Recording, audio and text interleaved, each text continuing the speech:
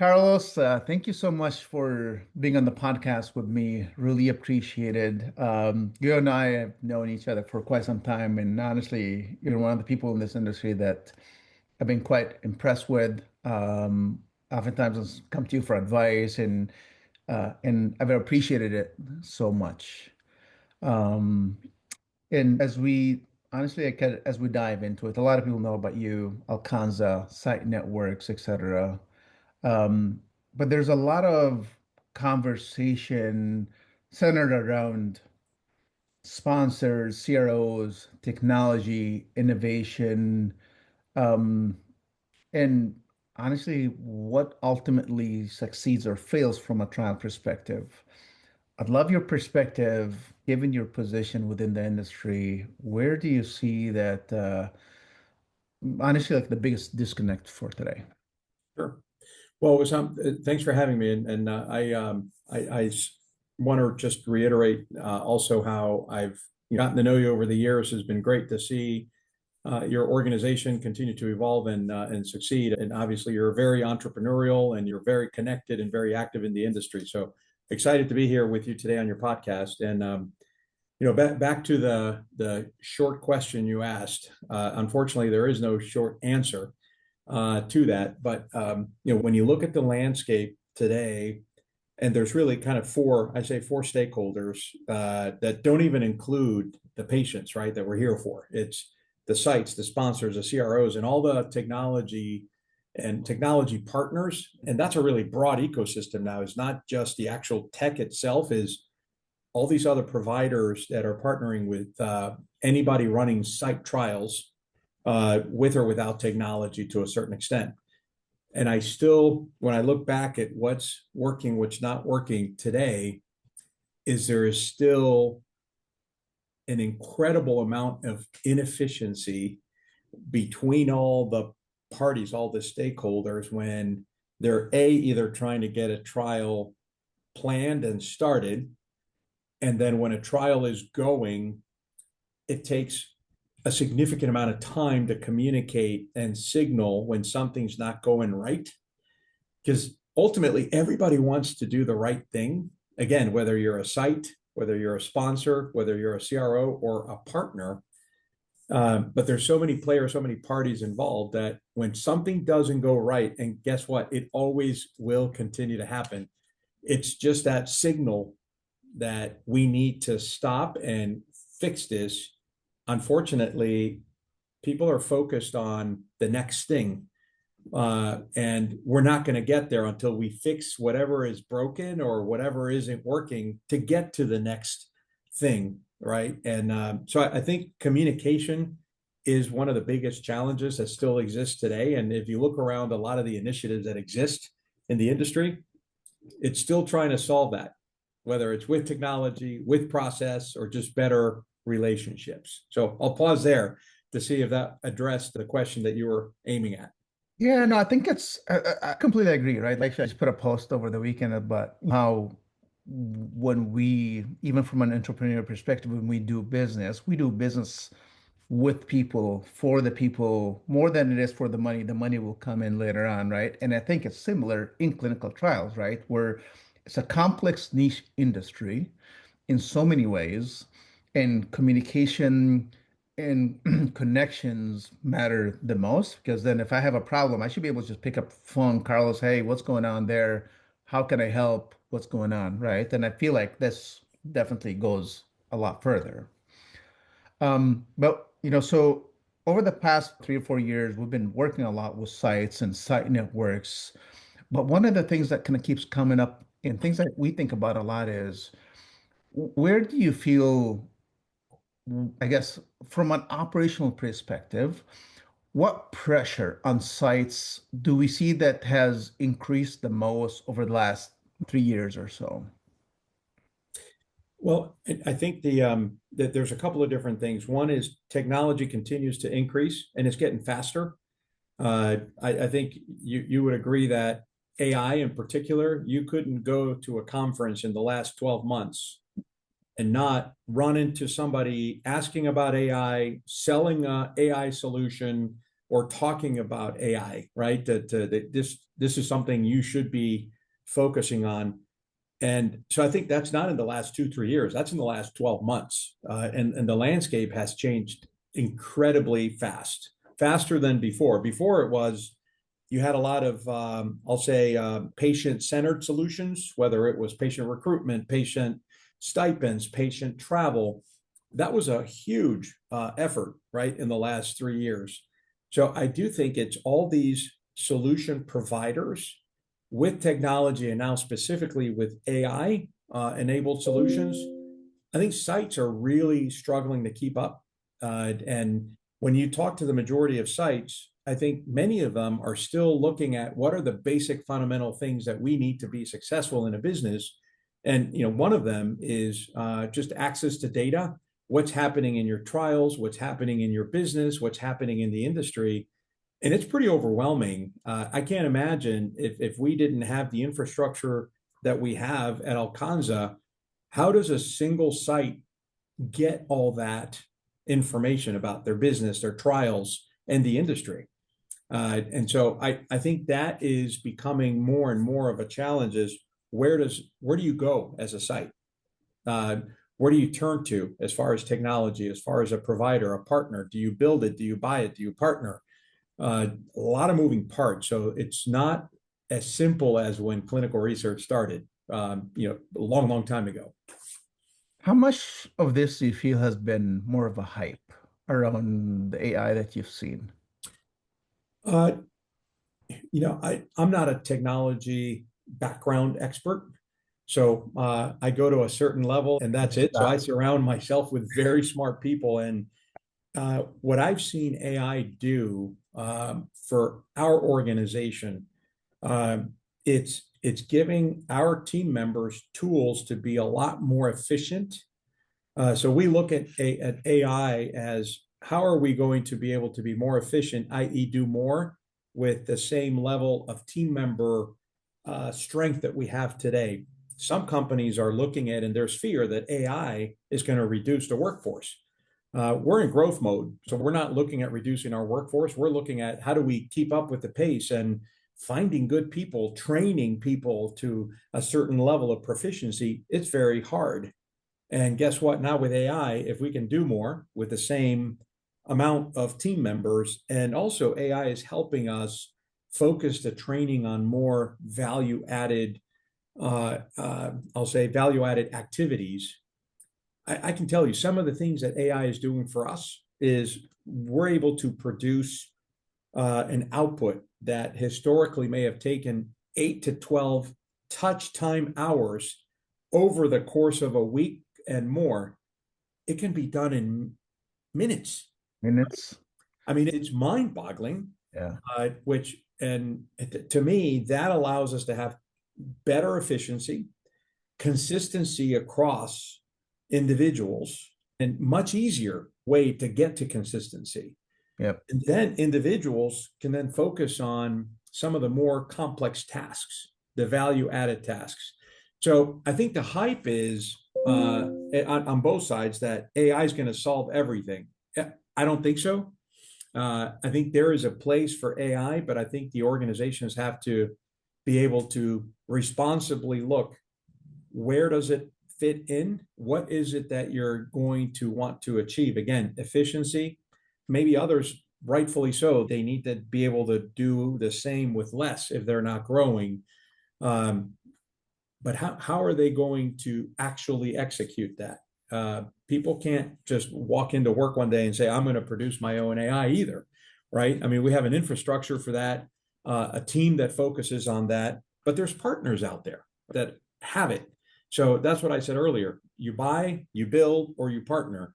So I think there's a little bit of hype, but I think the hype is people, including myself, maybe didn't understand really deeply what AI could do, what AI truly is.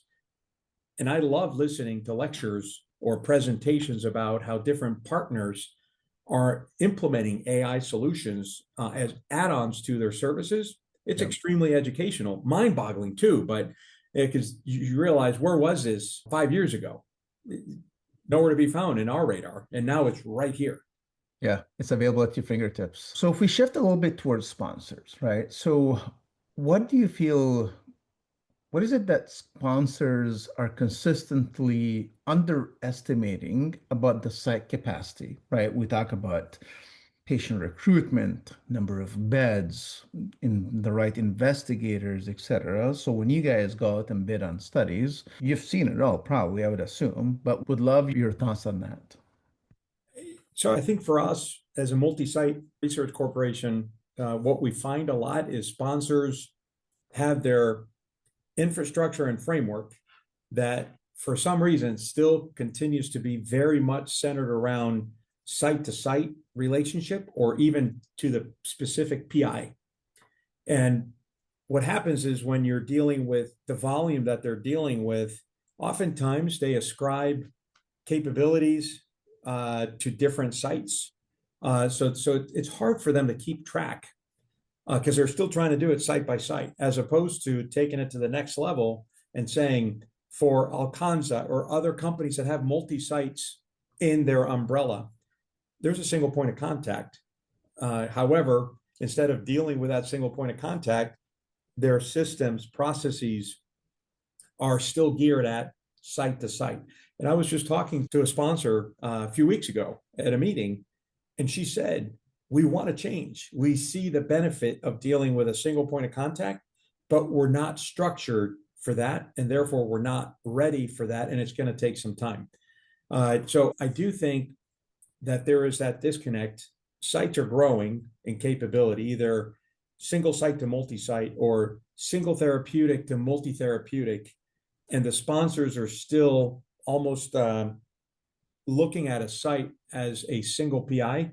And if they're dealing with multi-therapeutic PIs in a site, they're not connecting the dots. They're not leveraging the full capability of a site or a site network. So with that said, so what are your thoughts about two different models that I've seen recently? I'm starting to notice that there are some site networks that are acting as a full-on CRO. And I'm also starting to see studies that are go to like one site network to recruit all their patients across their different centers. And I'm wondering, is that a trend that we're going to see more of, Mm-hmm. especially the CRO model from a site perspective? And honestly, like how successful could that be versus just a CRO that goes out to partner with all these different site networks? Sure. It's interesting you mentioned that. We've seen very much, we've been approached by a sponsor and have been told we want to split all the sites between you and another site network that has a scale. And so they have come to us to say, we want you to do 10 sites, for example, and we get to pick the sites. We get to pick the allocation of participants to those sites. So site identification, site selection, up until the time of site activation, and then the CRO comes in. So we're seeing that piece very commonly now done by the sponsor directly with the sites. And that's an interesting concept because remember what I said earlier in our conversation, there's a lot of sites out there, whether it's within a network or just in general. And so who knows best about what the sites can do at a certain time? Well, it's the operators, the site operators. So site ID and site selection should be done by the sites, right? So that's happened twice actually with us recently, where we were one of two site networks that did an entire program. And guess what? We were able to get the study started faster than what their goal was, and we completed enrollment faster than what the goal was. The CRO still played a role, but they came in for site activation, and then the conduct of the study, the CRO played a role, but the sponsor was also very involved. So I think that's not a surprise if you think about what's happening in the industry between full service outsourcing and functional service provider approach. We're seeing more of the FSP model. And in fact, sponsors are coming to ask us, what else can you do directly for study conduct? And I think that is them creating more opportunities to work directly with the sites and have more options, right? And then the CROs, they're also evolving their services. Instead of doing full service outsourcing, a lot of them that were not very focused in FSP services, they now have been for the past few years. Others have been offering FSP services for a long time because they either saw it coming or they already had sponsors that were picking and choosing what they wanted support on. So I think it's really, instead of sort of all you can eat buffet, it's going to be more of a continued a la carte. What does the sponsor need for that trial? And it could vary from trial to trial, and it will vary from sponsor to sponsor as well. But I think for the site networks, it's interesting to see how everything's evolving, and we've been pretty excited about the opportunities that sponsors are asking us to continue to grow and develop. Not quite a CRO, because I think there's a place for a CRO, just like I think there's a place for sites. We just need to realize, how do we play together in this ecosystem? There's enough for everybody to go around, in my opinion. There is. I had another question to ask, but this conversation is even more interesting. But compliance and retention, right? So when you're talking about your model or kind of what sponsors are starting to ask of you, it makes me question, well, then who owns compliance retention now? Is it now the site network, or is it still the CRO that's got to follow up, et cetera? When you mean retention of patients? Correct. Yeah. Oh, that to me, it's absolutely the site. Compliance is absolutely the site. I mean, the principal investigator continues to be the medical single point of control of the study. And our role as a site network is to properly support and power the sites so that they can execute that protocol, and that under the investigator from a medical perspective. So that to me hasn't changed. I don't think the CROs ever owned that. It wouldn't be appropriate for the CRO to own that, because that is happening at the site level. I think compliance with the clinical practices happening at the site, to me, again, it's the site. I think compliance on a broader perspective, did the study meet the overall objectives of the protocol across all of the sites? I think it lies with the sponsor, and the CRO is supporting the sponsor. So that would, in my eyes, not be at a site level. I think it will get where it gets interesting is what happens if the site network runs the entire study and they're the only site network. I still think it's the sponsor ultimately that has that responsibility with the FDA, and the PIs, whether it's one or 20, 30, 50 in a site network, they individually hold the execution of their specific protocol. Interesting. So, but then as we look at studies, now we're seeing more wearables come through. Almost every single study has some sort of an eCOA ePro piece. There's multiple tech capabilities in most of these studies as studies become complex, right? Data oversight, et cetera. As we look at all these, the one thing that comes back to mind is, well, did these tools add more of a burden on your sites, or do we see that this burden is being redistributed somewhere else? So the burden of all of these technologies, right? I think that's been a hot topic the past several years that I can remember, right? The amount of training burden that comes along with all this technology, the lack of functionality, the lack of interoperability. So that burden, unfortunately, still falls on the sites. And some sponsors are better than others on who they choose as a technology partner or vendor to deploy it at the sites, to support the sites. But it's unfortunate. It ultimately burdens the sites, the coordinators in particular, the ones that are interfacing with the participants. And that has not gone away. Again, some sponsors are better than others, but the burden still continues. And as more and more technology comes introduced, not just the existing, but now different options of technology every year, it seems it's even more burden. There's initiatives to reduce the training by, I think it was 25% in 2025. SERS asked the industry to sign up and commit to that initiative. I think there's been a reduction, or at least a focus on reducing it, but it's still there. The burden is still there. And I don't think it's going to go away for some time. So at what point do we feel all these innovations, tech tools become more of an operational debt? Oh, they are now, in my opinion. They are. Let's call a spade a spade. Um, I think if you give a tool to a site or anybody for that matter participating in the trial at the site, at the sponsor, at the CRO, unless it takes away something off their plate or allows you to do something faster or better, there's debt involved, right? You're just off balance. So, for example, if we get to a point where literally eSource is truly connected to EDC and you take away the data entry, now you get something in return, right? So unfortunately there's different levels of you're calling tech debt throughout the sort of the cycle of a clinical research study being executed.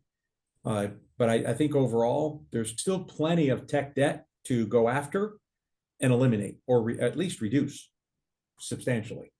Yeah. Let's talk for a minute about the future of site networks, right? I think we touched on it a little bit, but as we're seeing more consolidations, but we're also seeing more site networks come into play. We're seeing different models of site networks, different centralized support models, competitive advantages, etc. What do you feel will differentiate high-performing sites in the next, few years, decade, whatever? Yeah, so just going back to double click on your comment, the emergence of site networks, there are over, I'll say, 40 site networks that have emerged in the last, let's say, 10 years that are Mhm. truly scaling up and more coming. I think there's an appetite for investors. They see an opportunity to help raise the investment given to sites. And we've been fortunate to be one of those that has received investment from a great sponsor that believes in the mission. The name Alcanza means reach, right? Ultimately, to be able to reach patients and do so efficiently in a compliant manner, if you invest in technology, centralized services, right, it allows you to grow responsibly, right, scalably and sustainably. So I think there's going to be more of that growth coming over the course of several years. Um, I think when you look at the industry, how is the differentiation going to come? I think it still goes back to execution of the study. Ultimately, that is still the number one objective: reaching the patient, retaining the patient, and producing and providing quality data. I think how differentiation is happening already is in the study startup activities, in the central coordination of all these activities.